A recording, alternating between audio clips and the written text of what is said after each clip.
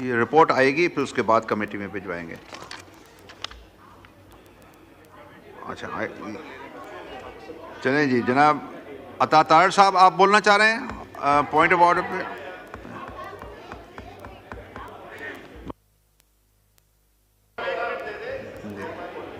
اس کے بعد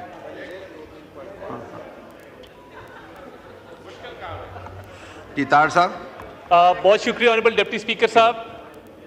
میں آج اس کے بعد آج اپنے رائٹ پر یہ سنسان اور ویران سیٹیں دیکھ کر اس بات پہ حیران ہوں کہ کل جو ہوا اس کے بعد ایسا سانپ سونگھا ہے کہ 3-4 لوگوں کے علاوہ باقی نے کسی نے یہاں آنے کی جرات بھی نہیں کی.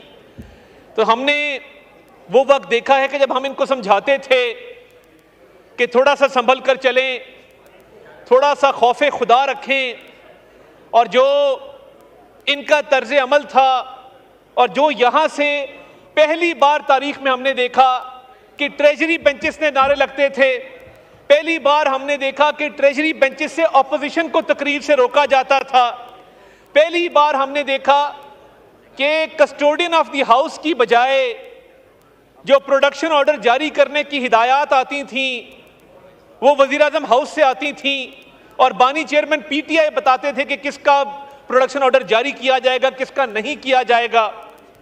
تو یہ جو نفرت کے بیج بوئے گئے ہیں, ہم نے تو تب بھی ان کو سمجھایا تھا کہ وقت ایک سا نہیں رہتا, اور انہوں نے جو سیاست کے اندر روایات ڈالی, یہ کبھی نہیں ہوا تھا کہ خواتین کو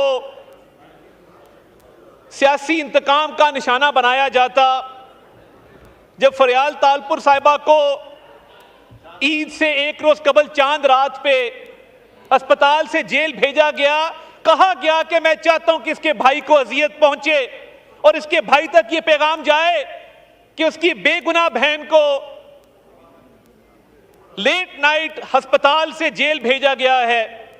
اس کے بعد مریم نواز شریف صاحبہ کی بیل ہوئی ایک کیس کے اندر, اور دوبارہ گرفتاری جس انداز میں کی گئی, یہ کہا گیا کہ میں چاہتا ہوں کہ اس کے والد کے سامنے اس کو گرفتار کرو, میں چاہتا ہوں مجھے چہرے کے تاثرات بتانا کہ جب اس بے گناہ بیٹی کو باپ کے سامنے گرفتار کیا گیا تھا تو اس کے چہرے کے کیا تاثرات تھے.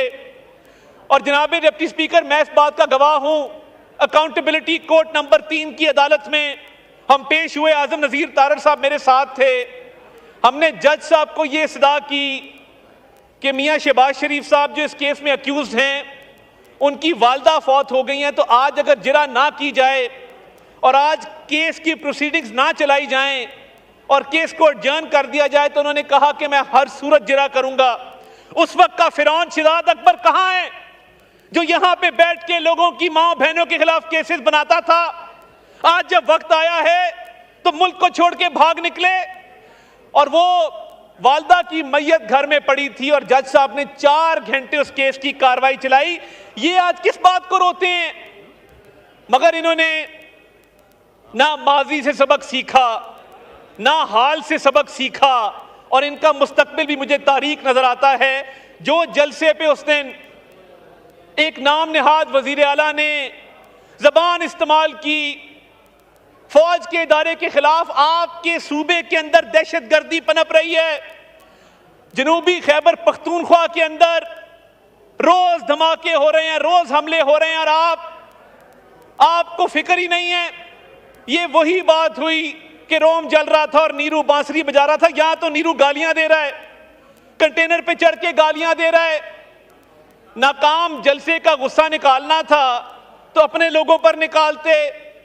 جو سٹیج پہ چڑھ کے فوج کے خلاف, ملٹری لیڈرشپ کے خلاف, مریم نواز شریف صاحبہ کے خلاف جو زبان استعمال کی گئی انتہائی قابل مذمت ہے, اور جو خواتین جرنلسٹ کے بارے میں زبان استعمال کی گئی, جو صحافیوں کے خلاف نعرے لگائے گئے, اس کی پرزور مذمت کرتے ہیں. مگر انفارمیشن منسٹری ایک نئی فلم بنانے کا سوچ رہی ہے, اس کا نام ہوگا میں لاہور نہیں جاؤں گا.